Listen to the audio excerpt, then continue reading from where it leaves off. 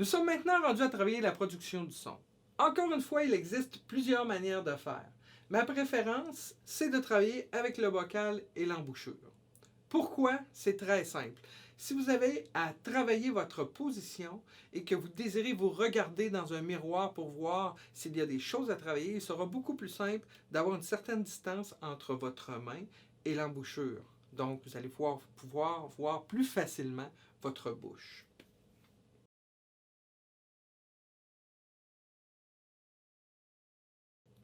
Parlons maintenant de la position d'embouchure.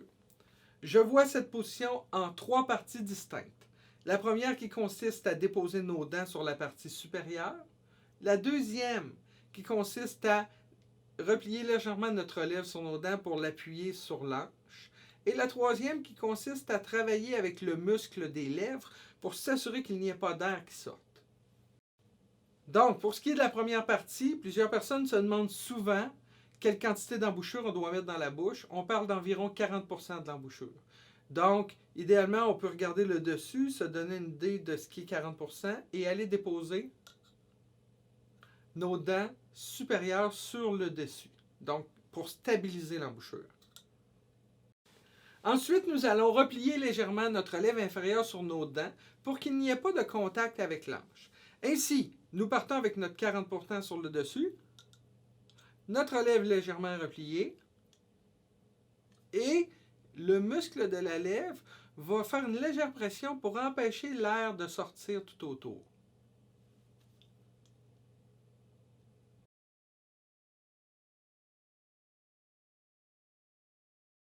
Donc, nous avons notre position.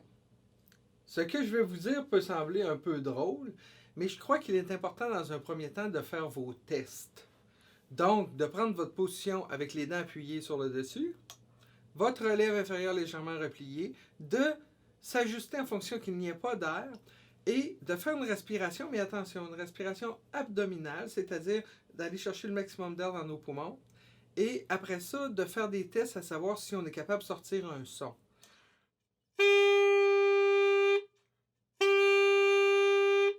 Évidemment, pour ma part, c'est peut-être facile parce que ça fait un certain moment déjà que je joue du saxophone, mais remarquez qu'à chaque fois que j'essaie de produire un son, je fais tout le temps le mouvement suivant avec ma langue.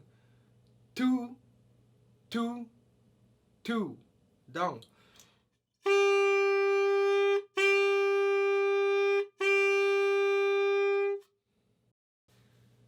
Donc, si je résume, nos dents sont appuyées sur le dessus, notre lèvre est légèrement repliée, le muscle des lèvres va servir à empêcher l'air de sortir, une bonne respiration abdominale, et quand l'air va sortir, je dis la syllabe to.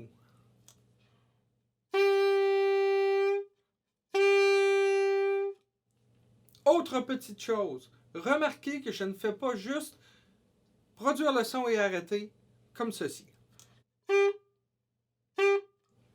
Donc, ce que j'essaie de faire, c'est de prendre une respiration et de garder le son sous forme continue.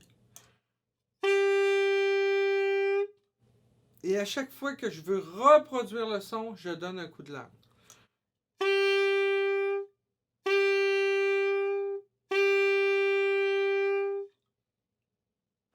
Nous allons maintenant faire le même exercice avec le saxophone.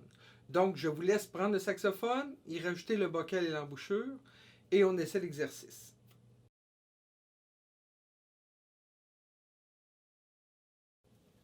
Je prends le temps de faire un petit résumé encore une fois avant de produire le son. Donc, je suis assis sur la partie droite de la chaise, environ les 3/4, pour permettre à l'instrument de se positionner sans accrocher la chaise. La courroie soutient le saxophone.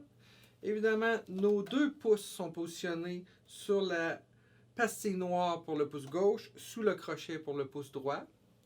Mon instrument va se positionner dans ma bouche sans que j'aie à le soutenir. Mes dents vont s'appuyer sur le dessus, ma lèvre est légèrement repliée. Évidemment, une fois tout ça placé, mon muscle va prendre place pour empêcher l'air de sortir. Une respiration abdominale suivie de la syllabe to.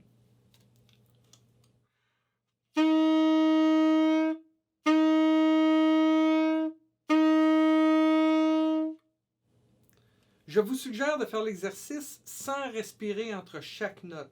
Donc, que les syllabes se suivent sur la même respiration.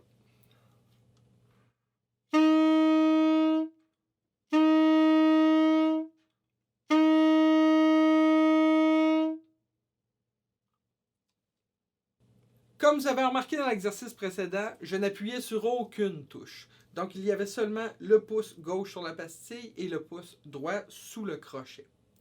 Dans la prochaine capsule, nous verrons les positions des doigts à l'avant ainsi que certains doigtés pour commencer bien sûr à jouer de l'instrument.